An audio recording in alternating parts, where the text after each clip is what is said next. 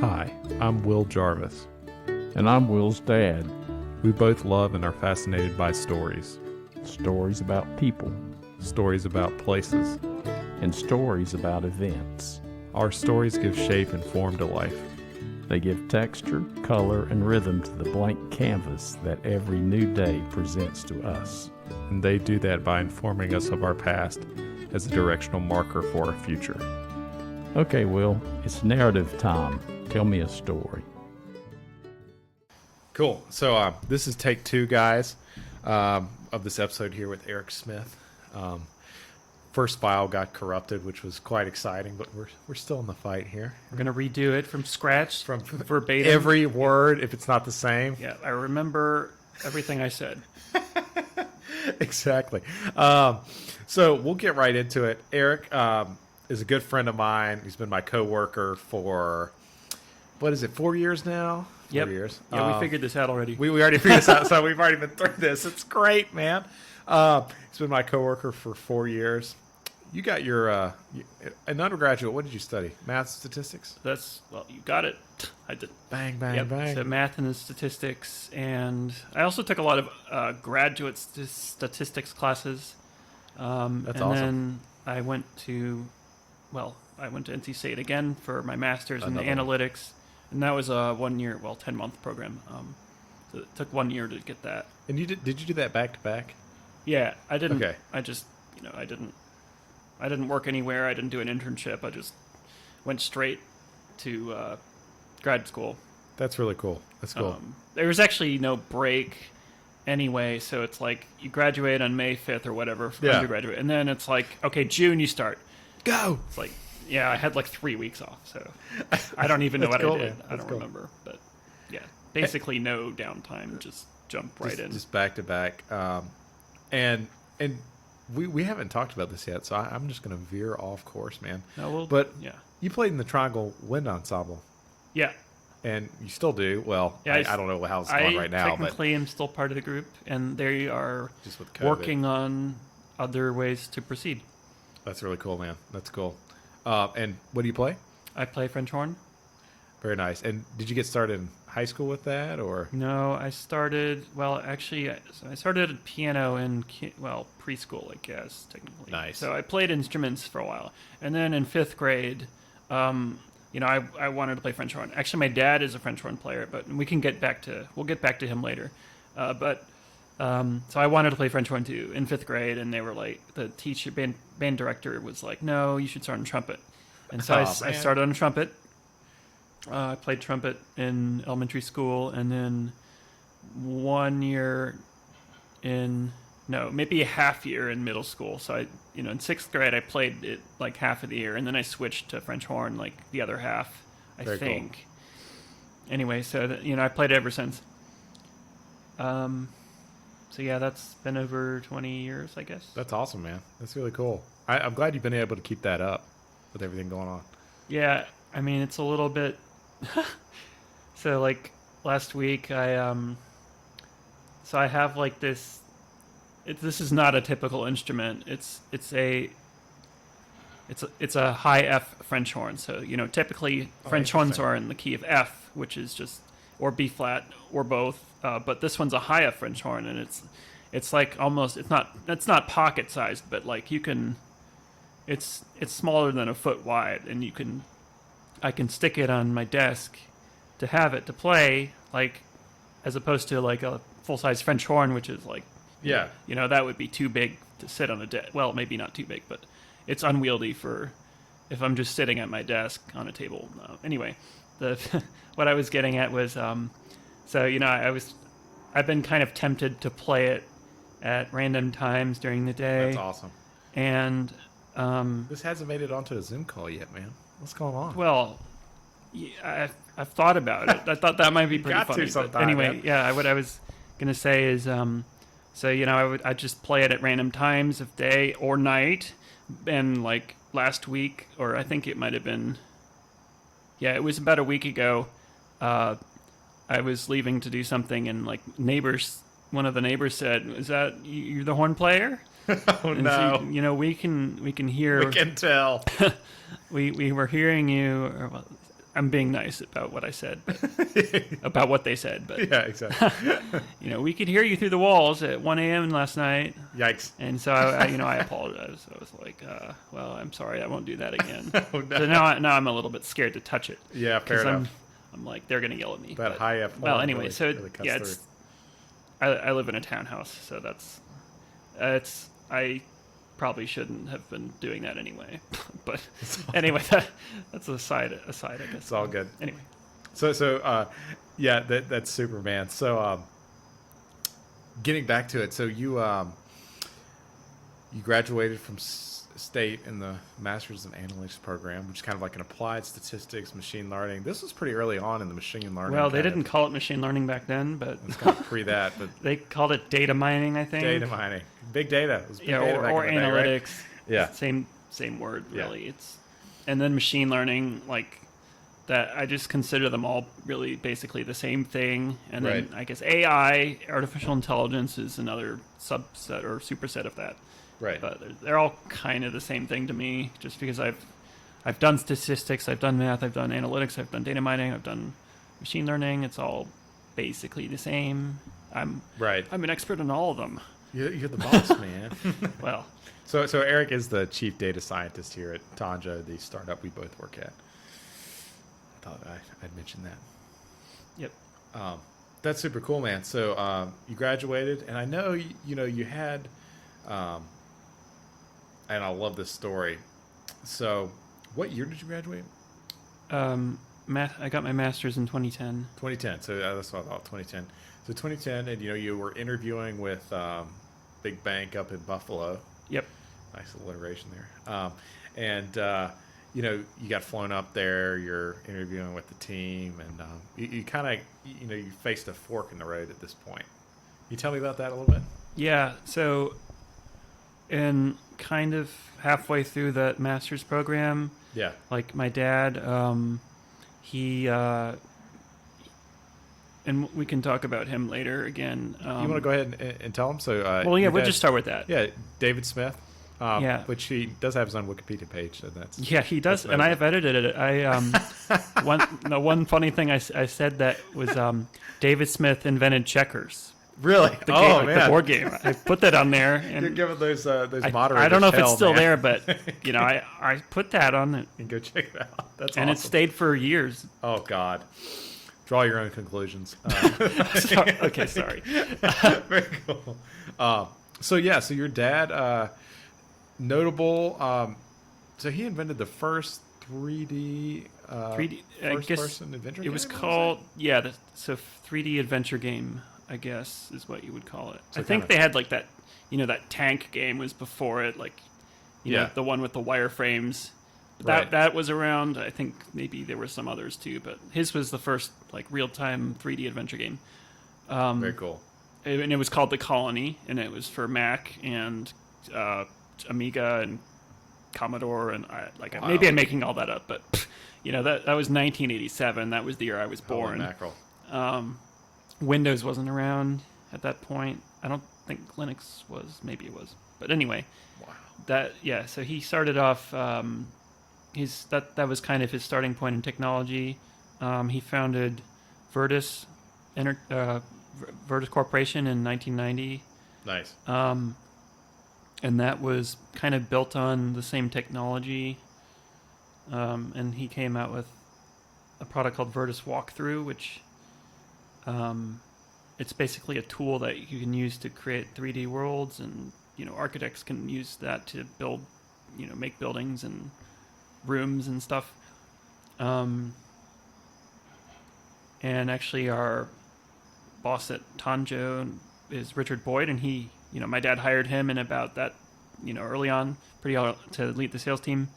So I've known him for a while. We'll talk more about all these people later, but Definitely.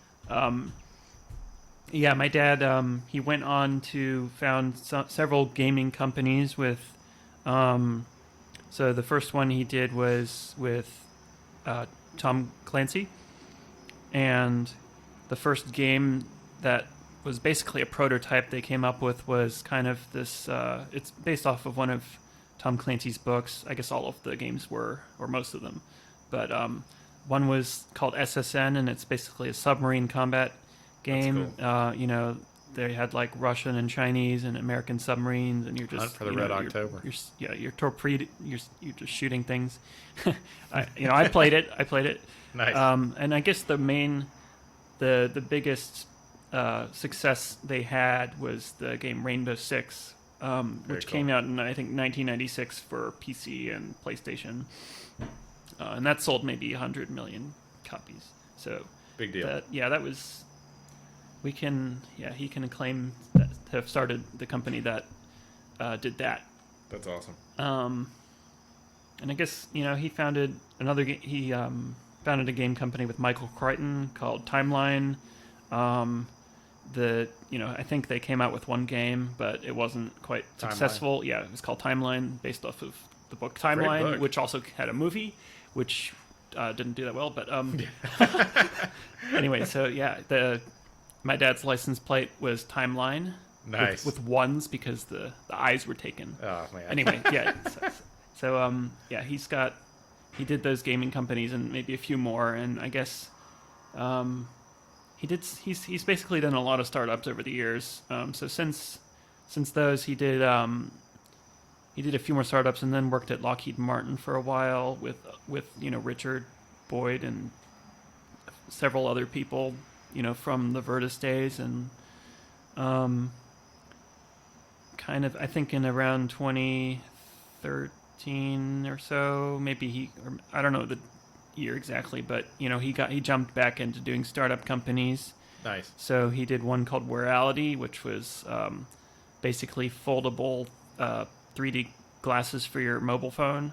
It's cool. And then more recently, his startup is called Croquet, and it's kind of all this stuff it's 3D related. So that one is it's a web-based, I guess almost you could call it an operating system, but it's got a lot of functionality. So you can you can collaborate with other people within 3D worlds. You can talk kind of like a Zoom call. You can share videos, and you can also since it's collaborative, you can share data sets and 3D visualizations, and everyone's seeing the same stuff. But he's done a lot of work to make that seamless. That's awesome. So that's what he's doing now.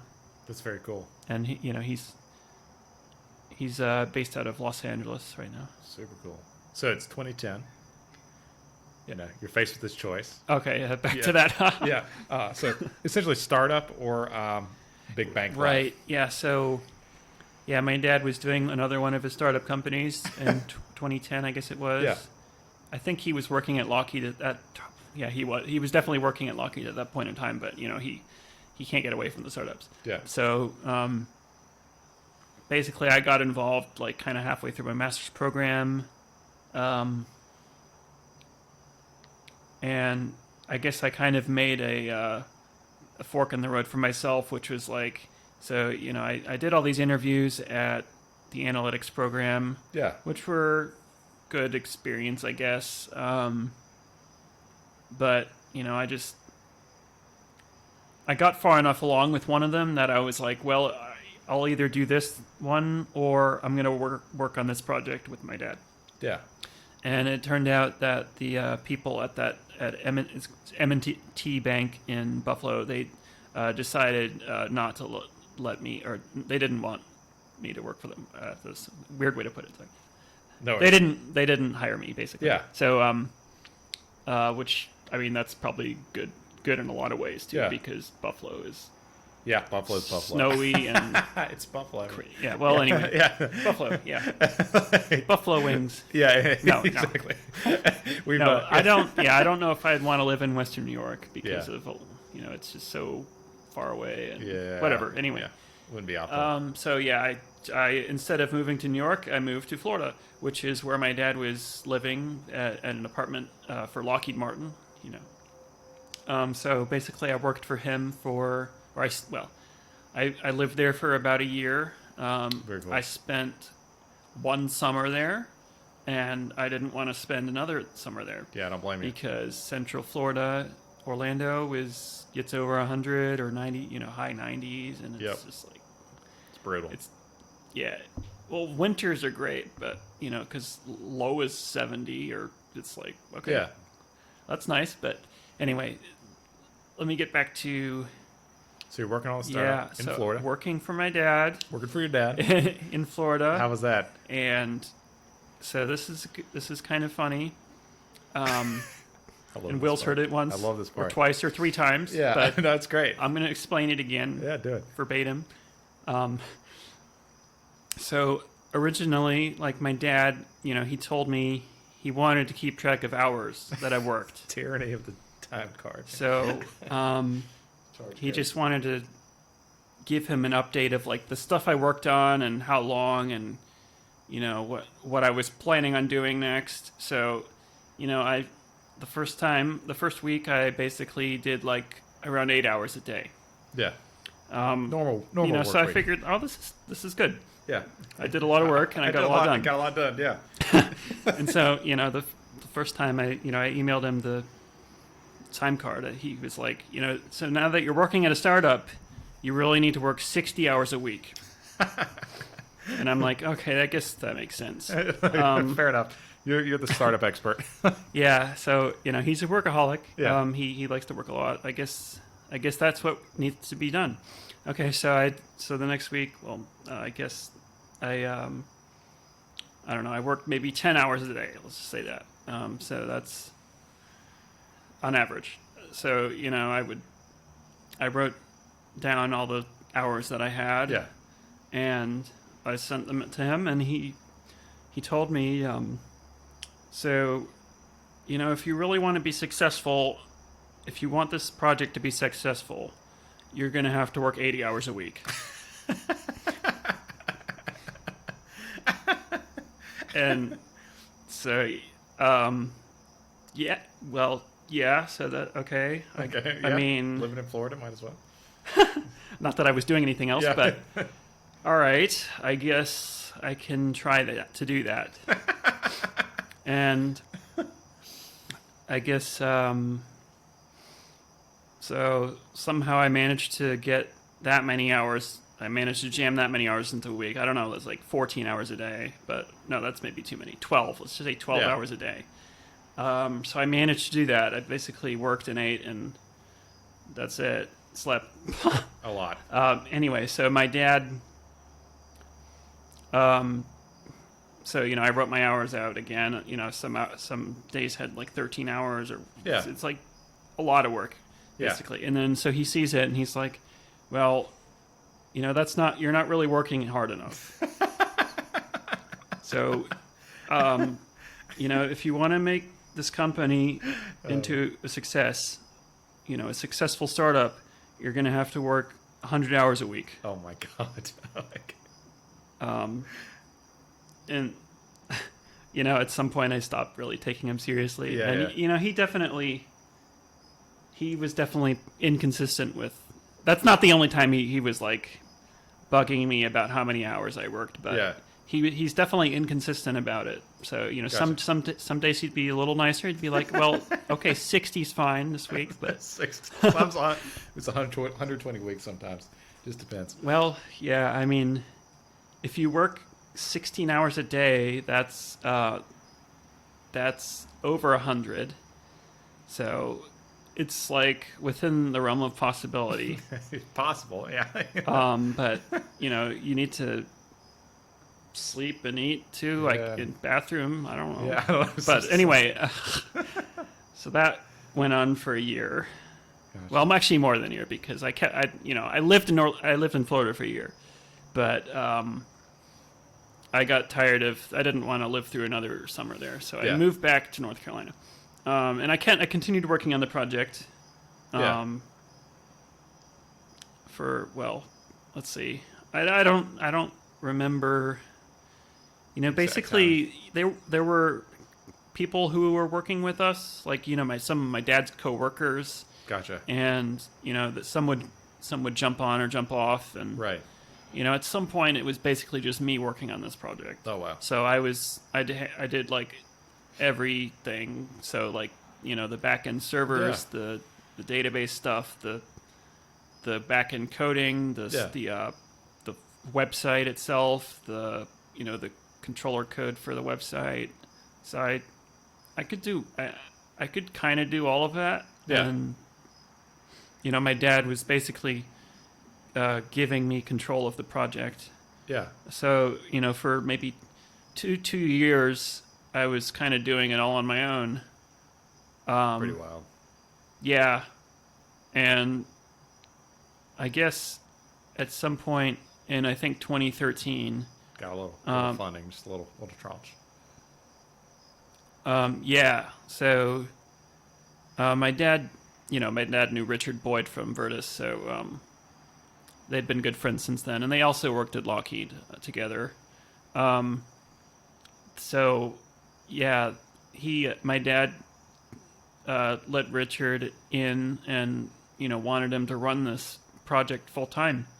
So that around that time, 2013 is when, maybe mid 2013 is when he let Richard on, and Richard brought in a few other kind of people he knew from the past, and he kind of spun it into a real company. That's awesome. So yeah, and then in, I guess, around August, or that might be the right time, August 2013, Richard got us a little funding from the Startup Factory. I guess they called themselves Triangle Startup Factory at that point, in Durham in the American Underground. So, And you're off to the races. yeah. So basically what we did at that point was kind of improve our website, and, well, we almost started over. Actually, another one of our coworkers helped us out, Jay Sanders. Jay. He was contracting with us for that part of the time, and he's come full circle, so we can get back to him. But anyway, so we, he helped. We built our website up pretty well, and I guess that what was it? Startup Incubator lasted for about 3 months, and then we were kind of in limbo for a little bit, maybe half a year. But Richard had been working on getting some major funding for that period of time, and he got it in, I guess, April 2014. So that's that's the part where now we're got to take That's a real deal. Now it's So it went from living room project to a little bit of funding, kind of full-time job for me. Well, more than a full-time Very job. Maybe 2 or 3 full-time jobs. Okay, 3 full-time jobs for me, into a startup incubator. So we were becoming more legitimate, and then once we got our big load of funding, then now things are starting to move. Right. So at that point, we decided to work on a mobile app for, I think we only did iOS at that point. Gotcha. So the iPhone and iPad. Yeah. But so our app was basically kind of a newsreader type app, personalized newsreader. So Called NomiBot. it was called NomiBot. And basically you could choose a set of bots to bring you stuff from the internet, and you could swipe right or left, kind of like Tinder, but and it would improve its results over time. But I guess the downfall of that app was that it didn't really get a lot of engagement. People maybe they just didn't get it, or it just wasn't appealing to them. Gotcha. The demographic, you just sometimes you hit it or sometimes you don't, and I don't think we hit it. Yeah. And so I guess after we kind of spun that down, we were looking into what to do next, and we came up with, a set of maybe 5 different ideas. So so let's see. One was kind of, it was like a restaurant recommendation or like Interesting. local events recommendation tied on with like restaurants. So we took a look at that. We looked at some other things like education, like Yeah. some kind of education-based recommendation system, and then another one was like healthcare-based. Gotcha. I think there was maybe one more, but the one we ended up deciding on was called, well, I don't think we had a name for it, but it was basically, let's see, Pinterest for knowledge. So Tanjo. yeah, we call it Tanjo now, and I guess our company is named after it. So the company names that we had before Tanjo were, the first one was Sizzle, spelled with 3 Z's and no vowels, so SZZZL, and nobody can spell that. Yeah. And how do you explain that Yeah. on the phone? I mean, and then we I think in 2013 for the Startup Factory, we changed our name to Sizzle with 1 Z. So, that's 300% easier to explain, but still 1,000% hard to explain. So, SZL, how do you say that on the phone? Yeah, exactly. SCL and it's CZ, like tough to tell. Yeah, SCL. If you say it really quickly, it just kind of, you can, that's a lot of letters it could be. Yep. Anyway, so we came up with our product called Tanjo, which was like Pinterest for knowledge. So you basically have a set of boards, and you can type in, keywords and title, and it will find you stuff related to that. So I guess at some point we decided that our company name needed to be more in line with our product, so we reincorporated as Tanjo. And I think that was 2016. Well, anyway. So I was there for when we made the brand change. And Yeah, that's- maybe I'm jumping a little bit ahead. It but- might be 2017. But I know, so we didn't have any revenue until 2017, I want to say. Yeah. So, because it wasn't until a year after I was on, or so. Yeah, it's been a while. Yeah, I so was 7 I years. was there the whole time, and I didn't make a cent until. Well, I guess once we got our big round of funding, then I started making a salary. But before then, yeah, for 4 years, I wasn't making anything. I was just doing it for the experience and whatever potential acquisition, I don't Might know, happen. stock. Yeah. Anyway, So sitting here today where Tanjo is a successful company, I know you and we were talking about this earlier, just the number of times that we thought, we're a week away from dying as an organization. yeah, You've had more than I have, but okay, I can explain a few things. So, back when I worked for my dad in Florida, yeah, like, basically if I worked like 4 hours one day, need a like break. he was gonna say he would say like, well, you're not working hard enough, and I'm gonna pull the plug on the project. So, I'd work a little harder next week, but I guess this company as a whole is kind of. It seemed like it's just going to go away or evaporate after like a week, my dad might have been like 12 of those times, but Right, right, exactly. But I think it does, and we were talking about this earlier again. It's just it underrates like we just don't the importance of just not quit and just keep trying. Like super important just to keep trying, and and we were talking about this. We've got a team. You and I, we don't get rattled. We really just don't get, even when things like really looked like they were not going to turn out very well, we just kept trying, even if it looks like the probabilities are stacked against us, we just find the best way forward and just keep trying to go through it. And no one freaks out. Everybody's just calm, cool, collected, stoic throughout it, which I think is really helpful. Yeah.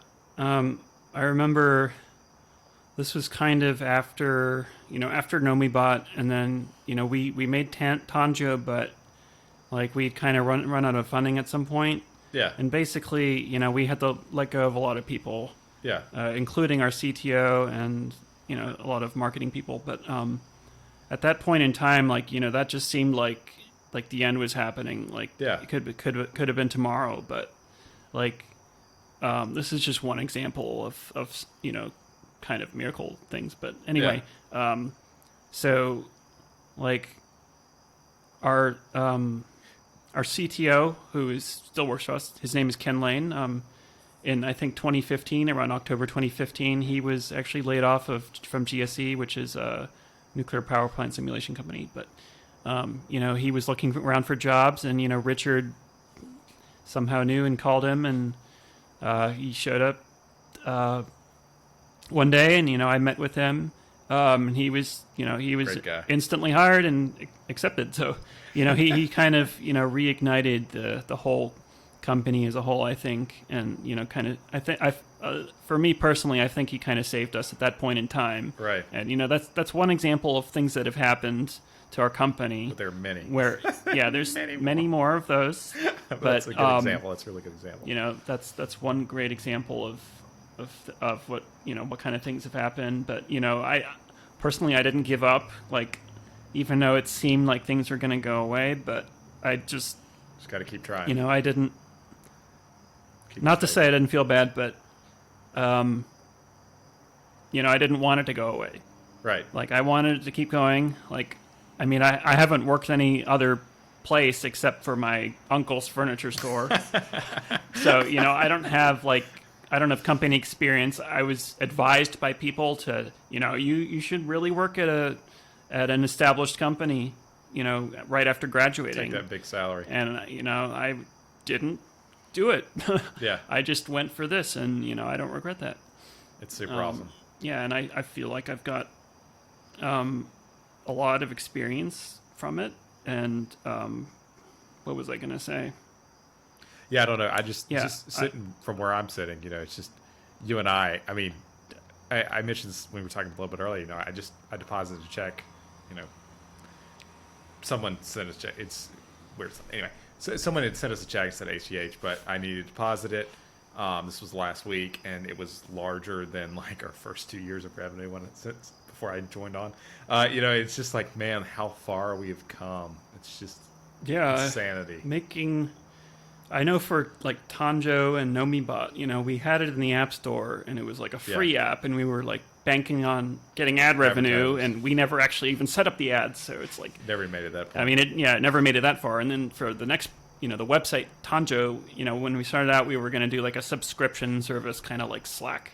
You pay $5 a month per user, and you get access. Yeah. And nobody bought into that either, but. Kept trying. Yeah, I mean, nowadays, we're whole, companies are just buying our stuff, and it's like, wow, that's just constantly. It's orders of magnitude more than any of that, and like it would have been nice to have that back then, but it's like, it's kind of crazy just seeing these numbers. But the journey is really cool to see. Yeah, I was there the whole time, and it was zero for me for the first 4 years, and it was zero for the next 3 years. Well, I guess I made a salary, but our company didn't really get any income. Not very much anyway, if at all. But like it's just picked up so much. It's wild. Testament to just keep trying. Yeah. So you're really good at Scrabble. Yeah. Is that right? Is that true? I guess you could say that. So can you tell me like kind of your rankings and how good you were? Yeah. So, I started in Scrabble in 9th grade. I was just in high school. So I played, quite a few tournaments during that period of time. Well, maybe not that many. Actually, so the weird thing is they didn't have any tournaments in North Carolina at that point. So, I had to go to Georgia, Tennessee. So it was a little bit hard getting around to places, but I did it. Well, my parents did it. Anyway, so I played tournaments in high school and a little bit in college too. Gotcha. Although in college I kind of neglected, I just kind of showed up and I kind of sucked, but it's all good. Anyway, so I quit for a few years, maybe more than a few. But then in like I guess around the 2012, 2011 time frame, so I was kind of working for my dad, but I started kind of getting more serious about it. Gotcha. So I guess my rating was like 13 or 1200 at that point. And, I don't know what rank that was in the state, but, I had played enough against the computer that I basically knew what I was doing strategically. Nice. And it was kind of more a matter of just learning words at that point. Gotcha. Like, to get to the top levels, like, you need to know all the words. Like, there's like 200,000 words. Yikes. And I'll kind of go step by step later, but just for my rank, so basically I just kept gaining rating. Like, I won like 5 tournaments in a row. Nice. Like, and it wasn't luck. It was just like I just knew what I was doing, I guess. Even though I didn't know like all the words, I just had such good strategy. I could beat people who knew all the words. And nice. So let's see. Like, I played in 2 national Scrabble tournaments. One was 2012 in Orlando, and I guess I was in Orlando at that point, I think. And then I played in one in Las Vegas next year. And in that tournament, so that's basically all the top players from the country, all in one place. And, they have different brackets. So, they'll be like, it's a pretty big tournament. So there's like 100 people in each bracket. But I played the top bracket, even though my rating was lower. But so, I played world champions, like, that's awesome. And I beat some of them. That's really cool. So, yeah, after that tournament, I actually got 28th place. So that's, that was pretty good for me. That's really good. I think I won awesome. 18 games and lost 13. Nice. But, so that was good enough for like a tie for 20th. And technically I got 28th on a tiebreaker. But anyway, cool. Let's see. So after that tournament, I was ranked number 1 in the state of North Carolina. Nice. And then I played one more tournament, which was the North Carolina State Championship. Yeah. And this is kind of a funny story. So I didn't win the tournament, but I had a shot, I guess you could say. Pretty close. So, like, with 4 games to go, basically, I was playing, there's this one guy, he knows every word in the dictionary, and he knows them better than most people on the planet. Yeah. And he's also pretty good strategically. I think I had a winning record against him before this tournament somehow. That's awesome. I don't quite understand how, but I guess it's just I'm better strategically. But so with 4 rounds to go, I had to. He won enough games where I had to beat him 4 times in a row. Like, oh, wow. Like, literally, I'd have to beat him once, then again and again and again. So the first game that I played, so the 4 rounds from the end. So I basically had the game in the bag. I knew what his 7 letters were, because you can track what tiles have been played against what are known, the known tile distribution. Right.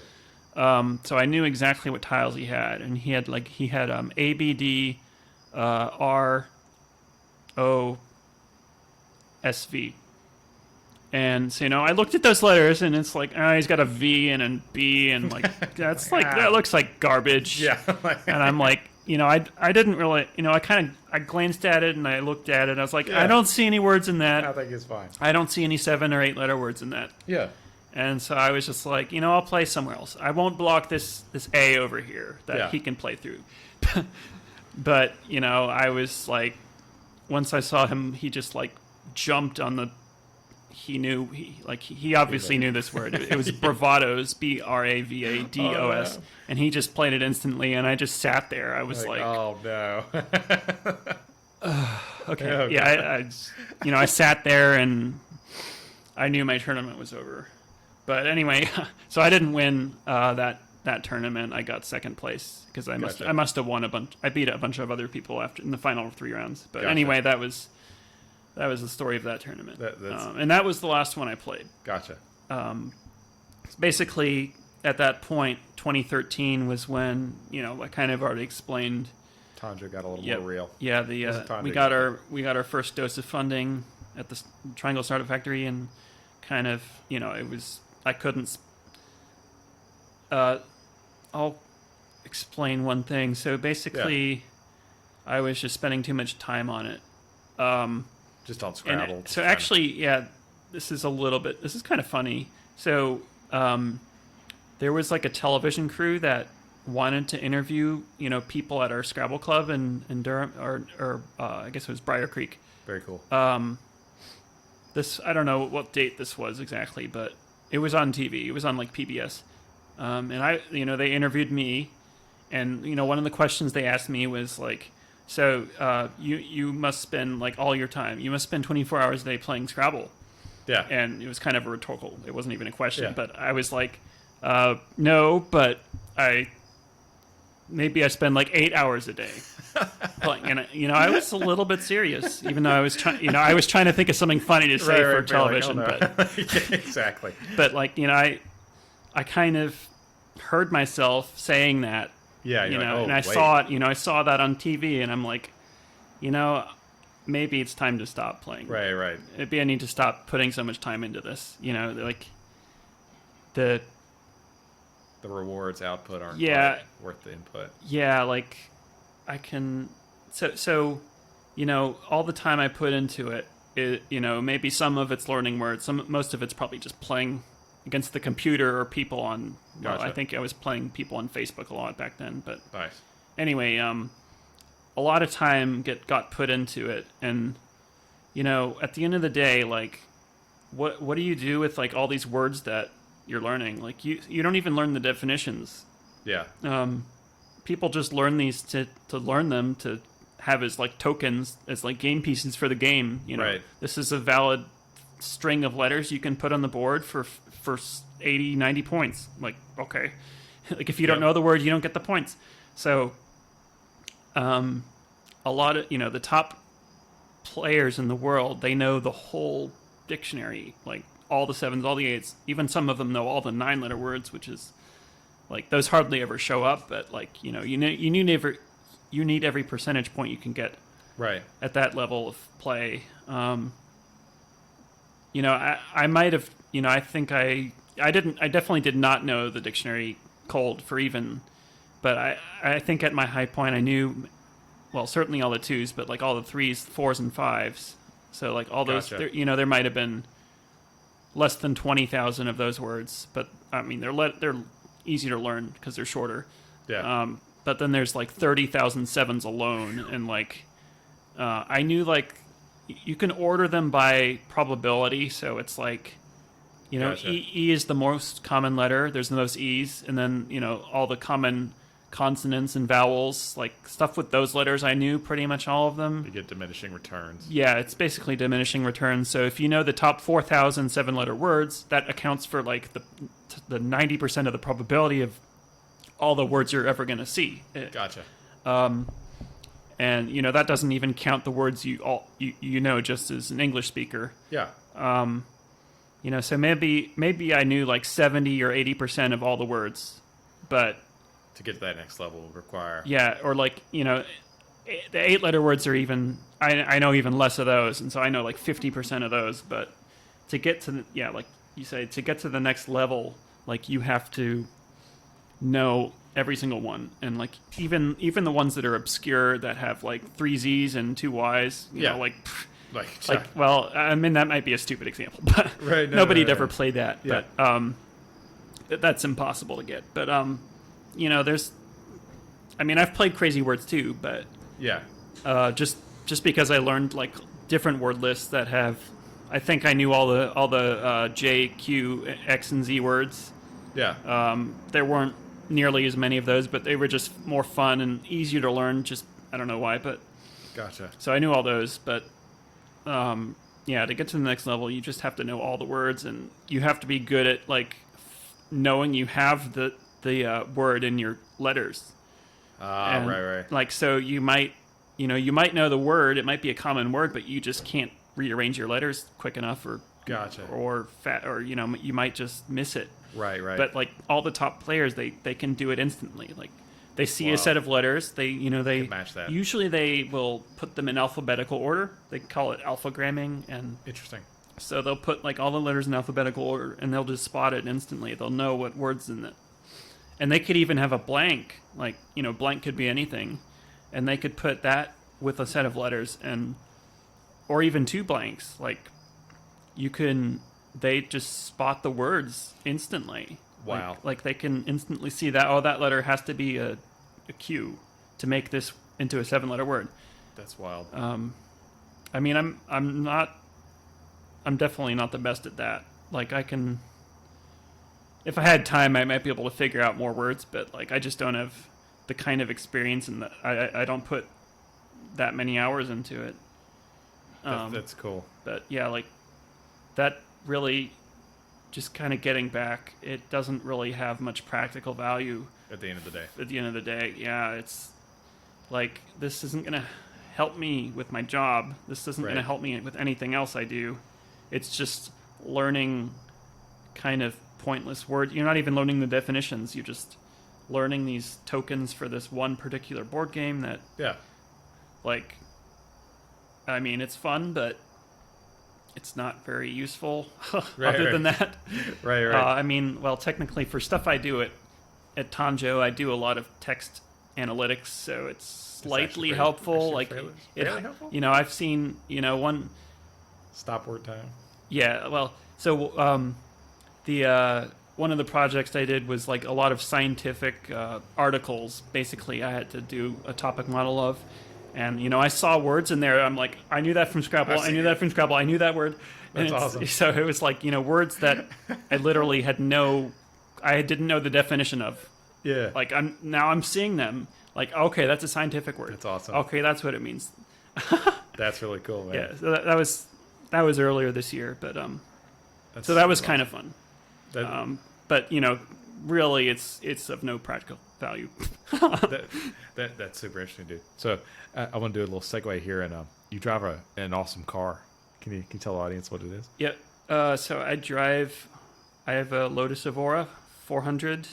The 400 is for horsepower. I believe that it does It's have 400 horsepower. Technically Pretty fast. 406, but I don't think they want to call it the Lotus Evora 406. Doesn't have the same ring to it.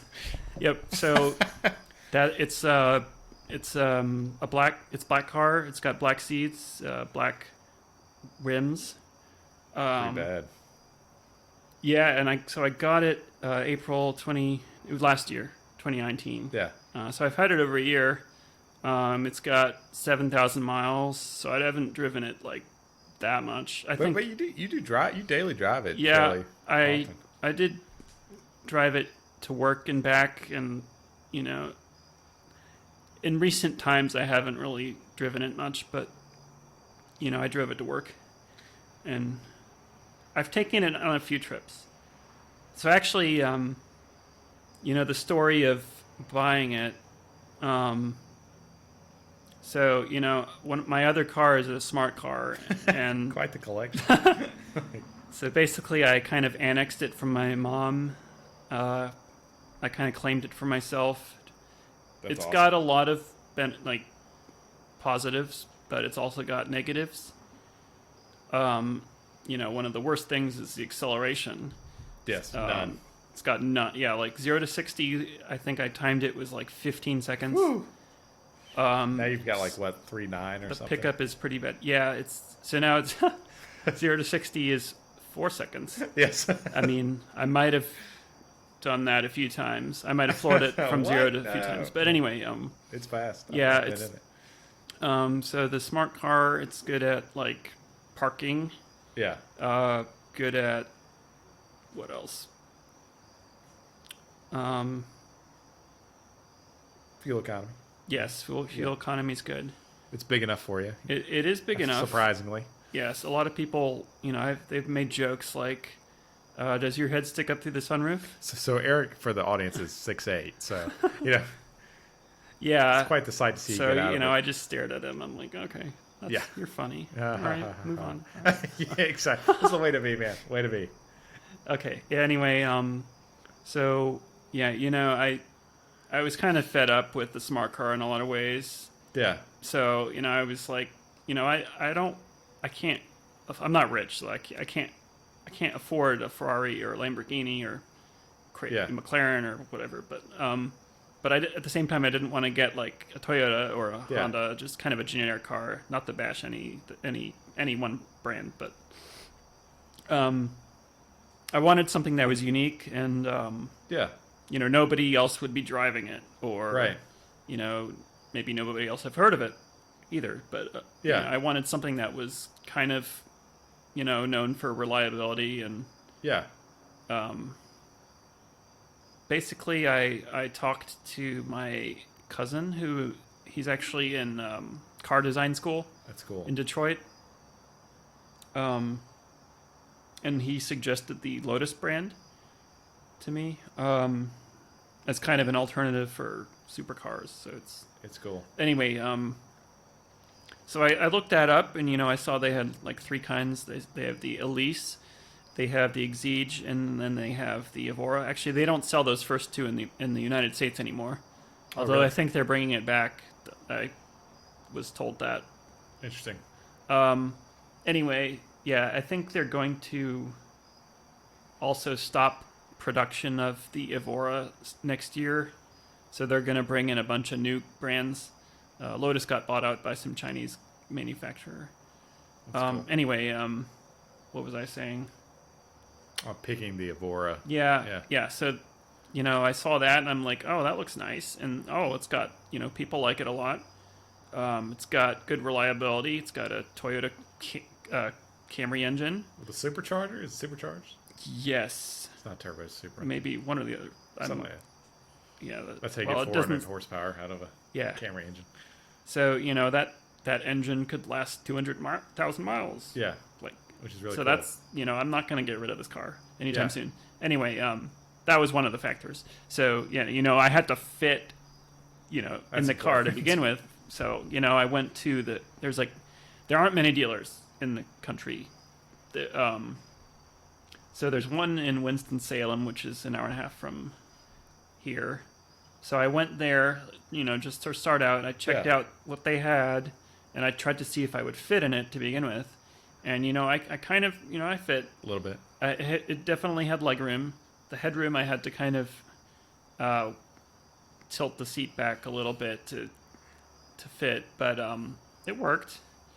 And it was really nice. I guess the main thing is that the stock they had was all manuals. And I needed automatic, which they do make. Obviously. Is it dual clutch or is it sequential? Yes, dual clutch. That's cool. And, I didn't want to deal with the whole car salesman stuff. Yeah. So, I looked online. I'm like, I typed it, or I searched on the colors that I wanted. And, they have dealerships in Atlanta. There's a bunch in Florida, just because, Florida is filled with supercars. You can't go to Miami without spotting that one. But anyway, they also there was some in New Jersey. There were some in New York. I was basically looking within 10 hours of North Carolina. There's one in Ohio, and then one in Indiana called Gator Motorsports. They had a black, the black one with the black interior with the black wheels. Nice. And so, and it was discounted a lot. So, it was a demo car. Nice. So it had 700 miles on it, but it was technically new. And I drove up there with my mom to test drive it, and she got to do it too because why not? But I liked it a lot. That's cool. I didn't really, maybe the next closest thing I would consider might have been the Acura NSX, the hybrid, the one, but that was double the price. It's a lot more. It's a cool car. Yeah. I was just considering different things. But yeah. This one had a good price, and I just went for it. So I flew up to Indiana. It was Indianapolis. Nice. And I drove it back home. Well, I actually drove it through Michigan. So I saw I saw some family in Grand Rapids, and then I saw my cousin in Detroit. He's the one who Nice. recommended the Lotus thing to begin with, so he was thrilled. And then I drove it back. Actually, I don't know. This is kind of a funny story. Like on the way, so the car had like a light came on. And Oh, it's no. Like I looked it up in the handbook, no. and I'm like, oh, that seems a Like little serious. So yeah, okay. I was maybe an hour away from Columbus, Yeah. Ohio, and I knew that they had a dealership there, and so I actually brought it there for them to do service on it. Oh man. And that was a little bit funny and a little scary, but Yeah. Got it back. there was a free oil change at before 1,500 miles, and nobody mentioned to tell me that I had that, but I was driving like 1,000 miles home, Yeah. so maybe they should have told me. But Yeah, anyway, exactly. I got it like 40 miles ahead of that, so they gave Oh, it wow. to me. That's awesome. Let's go. I got to take care. Anyway, yeah, so the car, I don't think there was anything really wrong with it. They just, That's cool. they did a few things and said you're free to go, and Nice. so I drove it all the That's way sick. back. Anyway, yeah, there's been nothing really major wrong with it. That's super No, cool. but I do, I have taken it to Winston-Salem a few times, Yeah. because, Just get it fixed. there have been some small issues, like the Gotcha. trunk sometimes won't open, or like Trim things, stuff like that. the air conditioning stopped working. Gotcha. Or, It happens. no, It happens, right? well, not that that's small, British but- reliability, man. No, they Yeah. fixed it. That's good. In, That's good. At no charge, but That's cool. it's still in warranty. Yep. That's cool. So, and then one of I think he's like the Lotus salesman. Oh, yeah. I don't know what his job title is. Keeps but, wanting you to upgrade. Yep. His name is Ken. Ken. Just Quit bothering like my just boy like Eric, man. our Ken at Tanjo, but Yeah. a little more pushy. he always seems to want to get me to upgrade to the Evora GT. What's the difference between GT and the 400? So it's got like 10 more horsepower. Oh my god. 10 more. And That's nothing. and dude. it's lighter. 400? Lighter. So dude, it's got 0.1 seconds more acceleration. dude, that car's fast enough, man. Yeah. You don't need So it. yeah, if I upgraded it, I could have that much more. Yeah, and it would be imperceptible new. difference. Yeah, Yeah. and I can certainly afford two of them. Yeah. Why not just to replace the smart car, you know? No, Oh it's my god. yeah, basically like why would I just keep having to be nice to him, but it's like why would I Like, I dude, have come only on, got man. 7,000 miles in my car. Why would I nuts. why would I do I this? feel like a lot of people they keep them for probably about that long, probably 10,000 miles. That supercar kind of thing, you know? I don't know. Well, yeah, I guess maybe he doesn't understand, but like I bought the car because of the Camry engine. I wanted Right, to you keep wanna going keep for it, 20 yeah. years.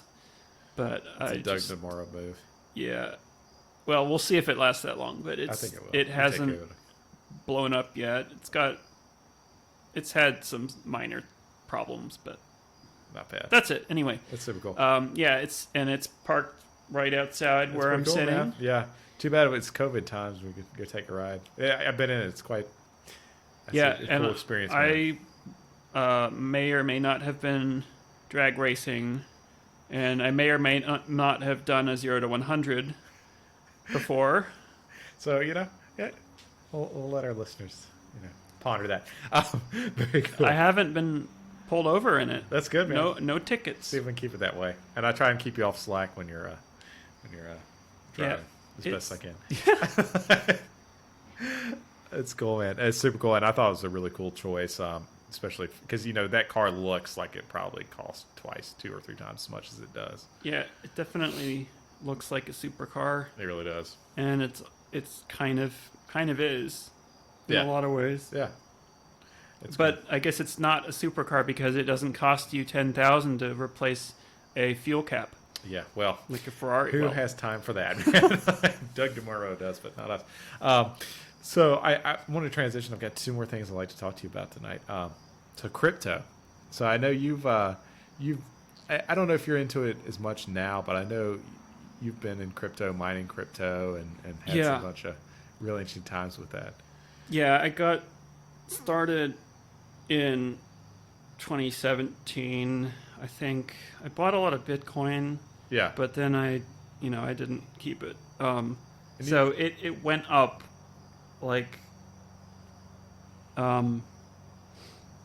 after the point where I had a lot of it. Yeah. Anyway, so I got into the mining aspect. So Yeah. you build a GPU based computer, with a bunch of GPUs, which are graphical processing units. Basically, those can solve hard like cryptography puzzles, basically. And you get rewarded for that. And basically, when somebody sends like Ethereum or Bitcoin on, from one address to another, like the miner has to like validate that Yeah. transaction, and they get a small percentage of whatever that transaction was worth.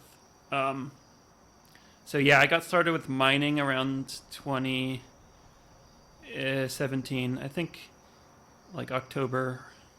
Nice. So I built a few small computers with like 6 GPUs each. Yeah. And that actually 2018, kind of the beginning, or like maybe it was late 2017, was the point in time where like Bitcoin went to 20,000. Yeah, I remember. And that. like I didn't sell any of it. Oh no. Like I just wanted it to keep going. Like it wasn't like life-changing money that I had, but Yeah. like I think at the high point I had about hundreds of cryptos. Oh wow. Some of it was like Ripple coin. I had all kinds. I had Nice. Bitcoin. I had Bitcoin Cash. I had Oh wow. Ethereum. I had, they call them like the altcoin bag. Yeah. You just have a lot of different random ones that Right. That you kind of hope they'll turn into do something. something. But so I didn't really sell any of it. I just was like, it wasn't life changing to sell. If I sold it all at once, it would have been Yeah. 100.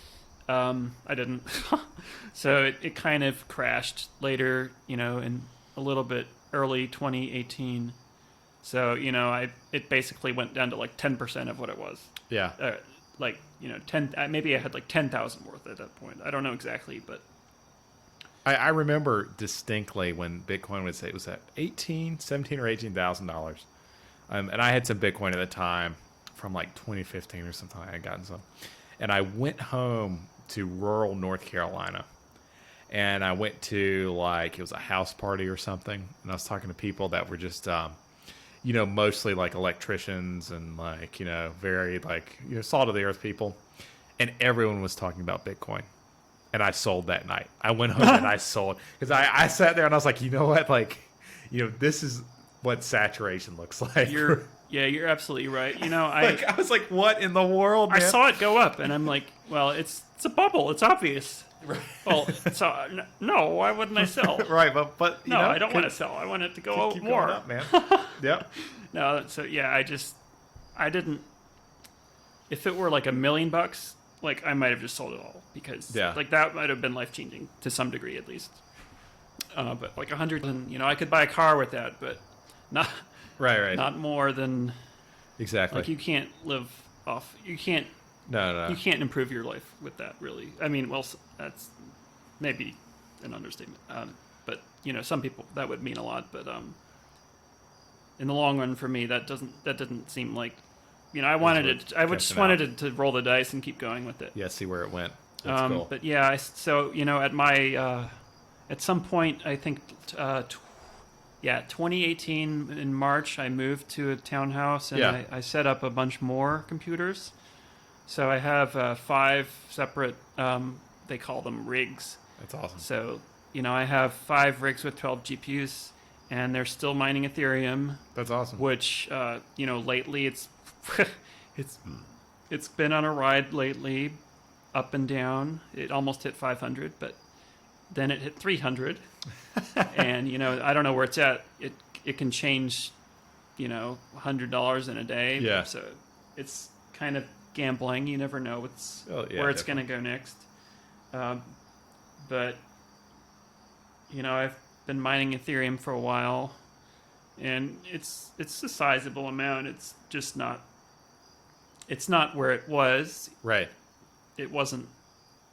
So it's not life changing or anything, but Definitely. I wish I kind of had started in like 2014 or Yeah. I don't know. I Back when it was tiny. back when it first was like it came out, like I had Coinbase and like I saw it there. I was like, oh well, maybe Yeah. I should buy that, but I didn't. It was like $11. That's Yeah. what I remember. I anyway. know. I know. So but instead of like buying crypto and making GPU rigs, I was Yeah. buying Legos, which Also an that alternative was- investment, man. You know, It not is an bad at all.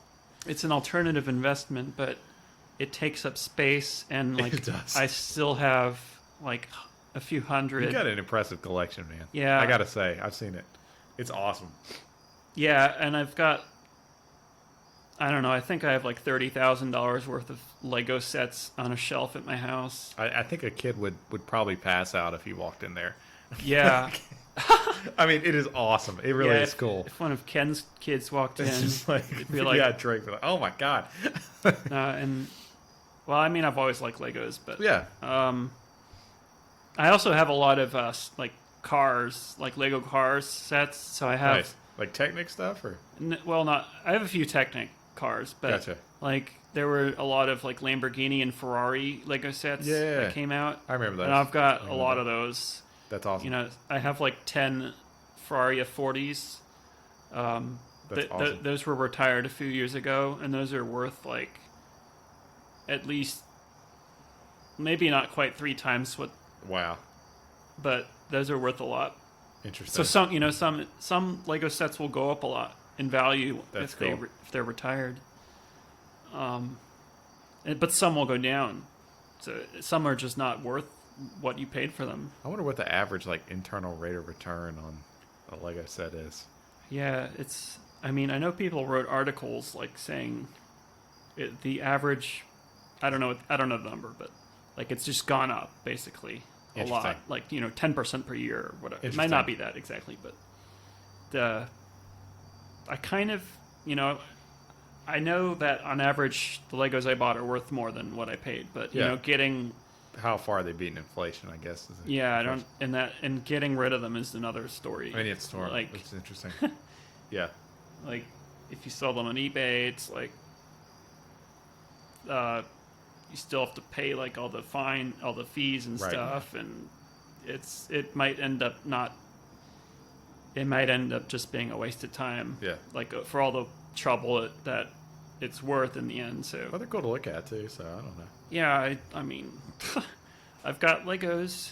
Yeah, as an alternative asset class, man, it's pretty cool. It's much cooler than like, I don't know, oil or Well, something. at least you can see it as opposed to crypto. Yeah, you can't see crypto. And if you lose your hash key, you're really in trouble. Or if your house burns down, your Yeah, Legos that's will fair. burn down. That's fair. Yeah, trade-offs, man. But so will your GPU computers. That's right. So I guess can't they're have it equal all. in that way. Yeah, that's really cool. That's super cool. Well, Eric, thanks so much for coming out tonight, and sorry for the technical difficulties, but I think we created a really cool show. Yeah, we I don't know what I'm saying. We fixed it, figured it out. New equipment tonight, so Yep. that's all I was going to ask. Awesome. Well, thanks, Eric, and Yep, we'll you're have to welcome. have you on again. Thank you. Bye. Bye. Well, that's our show for today. I'm Will Jarvis. And I'm Will's dad. Join us next week for more narratives.